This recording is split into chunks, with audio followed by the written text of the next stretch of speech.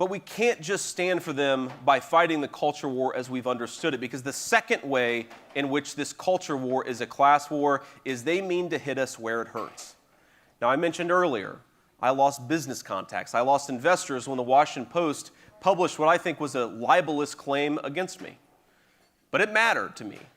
And nobody should cry about me. Nobody should tell a sad story about me. I've had a very good life, and I'm not going to complain about it. But think of the middle-class people who are affected by this culture war on traditional American values. Think, for example, about the cake baker that we all hear from Colorado, who I think is now on his third litigation pathway to the U.S. Supreme Court just for refusing to bake a cake that has messages that are against his faith. For simply refusing to put the words that he's supposed to put on a cake, they are taking him to the Supreme Court now, I believe, for the third time. That is an economic war as much as it's a culture war. Think about the ways in which to even participate in polite society, you have to say the right things. You have to talk about these issues the right way. Now, I remember even 15 years ago, the proper way to talk about sexuality and gender was you had to be respectful of gay and lesbian Americans. LG. Then it became B, bisexual. T, transgender. Now, every time you see people's profiles or Twitter accounts, it's LGBTIAQ+, which I don't even know what the hell that means. The plus is actually, the one thing I'll say to our progressive friends is thank you for adding the plus so we don't have to learn any more acronyms. My God. But think about what this actually means to a working and middle-class kid living in this country. If you don't say the right things, if you don't speak the right words, then you are not welcome in polite society. You can't even work in some of our country's most elite companies unless you say the things that they want you to say. Now, I got a good friend, a friend I expected to be here tonight, but he unfortunately wasn't unable to make it. He's a brilliant political scientist, and a couple years ago he sent me a tweet from Elizabeth Warren's presidential Twitter account. And it said, "We stand with all LGBTQIA plus people plus two-spirit individuals." Now, I gotta tell you, I've spent probably 15 minutes of my life trying to understand what two-spirit means. I still do not understand what it means. But I remember that because he sent me this tweet, and he said, look, and he's a gay man, he said, look, we just wanted to be left the hell alone. I don't even know what two-spirit means.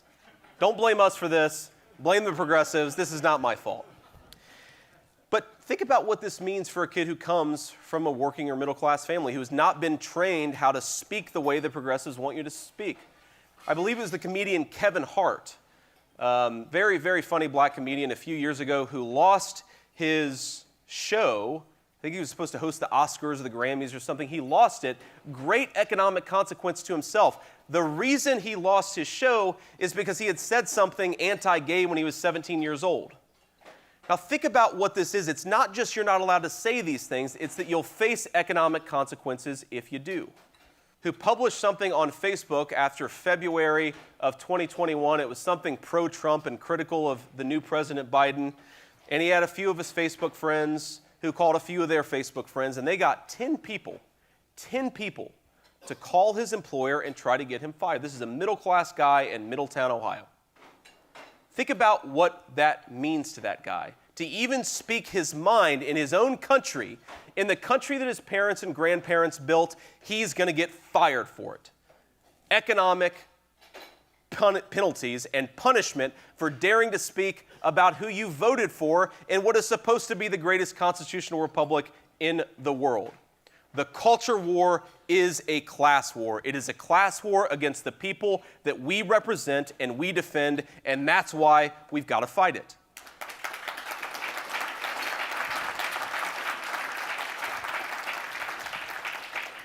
Now, I have seen some folks in this room and in a reception earlier today walking around the halls that I respect, even though we've got in some fights in the past. So one of my dear friends is Orrin Cass. I see Orrin over there, even though the lights are really bright. Orrin, hide yourself. Orrin, I think, is a brilliant guy. He's one of the smartest thinkers about political economy in the country. I also saw earlier Richard Reinsch. Is Richard Reinsch still here? Richard, wherever you are, if you're not still here. But anyway, Richard is a guy that I've actually gotten in Twitter fights with, but I read a lot of what Richard writes, and I think he's a smart guy, and I've learned a lot from him. And my point in picking on Orrin and Richard, at least the little bit that I've done, is that I think that all of us need to appreciate what exactly we're up against, and we need to set aside debates that are important, debates that we should have, but debates that should not become definitive, because we can't be fighting each other if we're actually going to win the culture war against the left. And here's the way that I'd put it.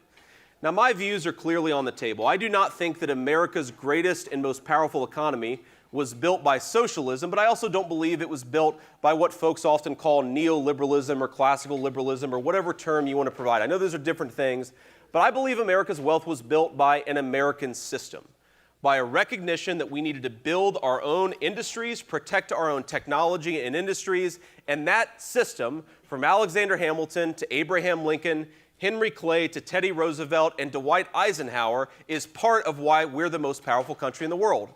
Now let's set those aside. I understand some of the people in this room disagree with me. I'm going to make an appeal that you should agree with my view on a lot of these topics, not because I'm going to agree with you that the American system was more important than Hayek or Bastiat or any of these important intellectuals. I'm going to make a pure, raw, cynical political claim. Because the simple fact is, the thing that we all need to represent and respect is that we have lost every single major cultural institution in this country. Except that, think about it. Big finance, big tech, Wall Street, the biggest corporations, the universities, the media, and the government. There is not a single institution in this country that conservatives currently control.